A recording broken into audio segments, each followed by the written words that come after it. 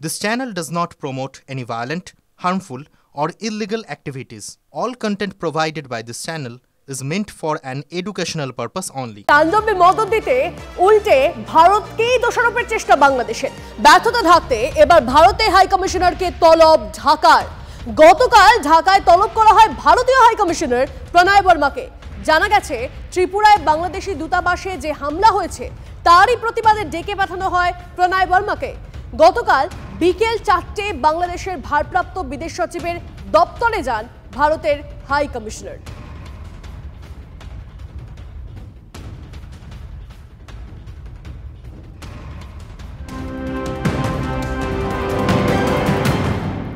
এই মুহূর্তে আরো একটা ব্রেকিং নিউজ দিয়ে আপনাদের ব্রিটিশ পার্লামেন্টে বাংলাদেশ নিয়ে আলোচনার পরই পদক্ষেপ ব্রিটেনের। বাংলাদেশের একাধিক শহরে সন্ত্রাসী হামলার আশঙ্কা, বাংলাদেশে ভ্রমণের ক্ষেত্রে সতর্কতা জারি ব্রিটেনের।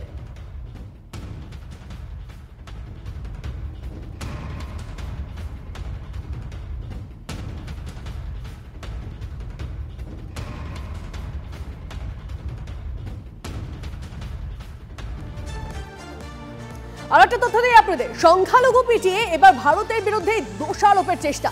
সুর চড়াতে মৌলবাদীদের লক্ষ্য ভারতীয় টিভি চ্যানেল। ভারতীয় টিভি চ্যানেলে সংখ্যালঘু নির্যাতনের ছবির সামনে আসতেই বিশ্বমঞ্চে কোণঠাসা বাংলাদেশ। এবার বাংলাদেশে ভারতীয় চ্যানেল নিষিদ্ধের জোর তৎপরতা কট্টরপন্থীদের। ঢাকা হাইকোর্টে ভারতীয় টিভি চ্যানেল বন্ধের আর্জি জানিয়ে মামলা। আজ মামলার শুনানির সম্ভাবনা।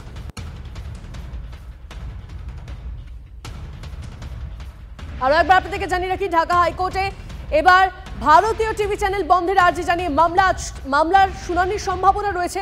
সংখ্যালঘু পিটিয়ে যে এবার ভারতের বিরুদ্ধেই দোষারোপের চেষ্টা, সুর চড়াতে মৌলবাদীদের লক্ষ্য ভারতীয় টিভি চ্যানেল। ভারতীয় টিভি চ্যানেলে সংখ্যালঘু নির্যাতনের ছবি আসতেই বিশ্বমঞ্চে কোণঠাসা বাংলাদেশ। এবার বাংলাদেশে ভারতীয় চ্যানেল নিষিদ্ধের জোর তৎপরতা কট্টরপন্থীদের।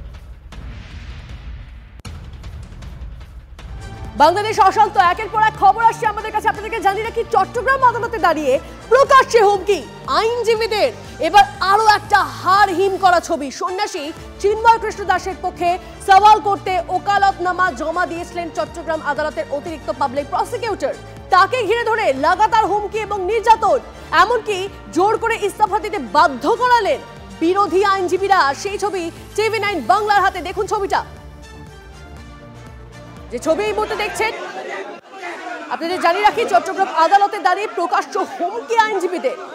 আর সন্ন্যাসী চিন্ময় কৃষ্ণ দাসের পক্ষে সওয়াল করতে ওকালতনামা জমা দিয়েছিলেন যে চট্টগ্রাম আদালতের অতিরিক্ত পাবলিক প্রসিকিউটর, তাকে ঘিরে ধরে এই মুহূর্তে যে ছবি দেখছেন, তাকে ঘিরে ধরে দেখুন লাগাতার হুমকি এবং নির্যাতন, এমনকি জোর করে তাকে ইস্তফা দিতে বাধ্য করালেন বিরোধী আইনজীবীরা।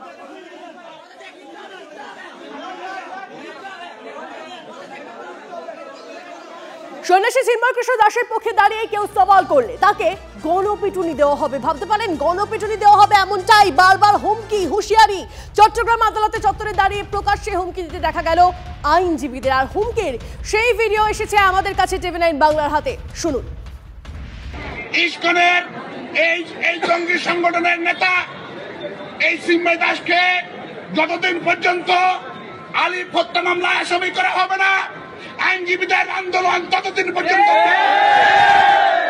আমরা স্পষ্ট করে বলতে চাই, এই চট্টগ্রাম আদালত পাড়ায় যারা যদি কেউ সাহস করে এই চিন্ময় দাসের পক্ষে এবং চিন্ময় দাসের দোষরের পক্ষে কেউ যদি ওকালতি করতে চায় কিংবা ওকালতনামা দাখিল করে, সাথে সাথে এই কোর্ট বিল্ডিং এর তাকে গণপিটুনি দিতে হবে।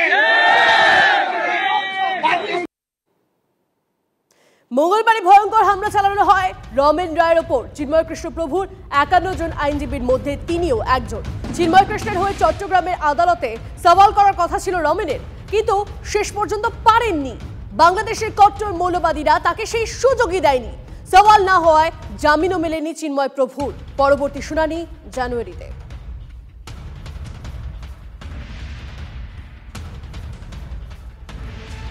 হিন্দুরা মার খাচ্ছে, ঘরে বাইরে বিতর্ক, প্রতিবাদের ঝড় উঠেছে, কিন্তু তারপরও বাংলাদেশে কট্টরপন্থীদের সন্ত্রাস থামছে না। সংখ্যালঘুদের উপর হামলা, অত্যাচার চলছে। বেছে বেছে সনাতনীদের বাড়িতে আগুন লাগিয়ে দেওয়া হচ্ছে। কোচবিহারের সীমান্তবর্তী বাংলাদেশের নীলফামারীতে মঙ্গলবার রাতে একাধিক বাড়িতে আগুন লাগানো হয় বলে অভিযোগ। গোটা এলাকা দাউ দাউ করে জ্বলতে দেখা যায়। একই সঙ্গে সংখ্যালঘুদের বাড়িতে চড়াও হয়ে দেদার ভাঙচুর চালানো হচ্ছে বলে অভিযোগ। হিন্দুদের উপর আক্রমণ নিয়ে গোটা বিশ্বে মুখ পড়ছে ইউনূস প্রশাসনের। এত কিছুর পরও বাংলাদেশ সরকার চুপ।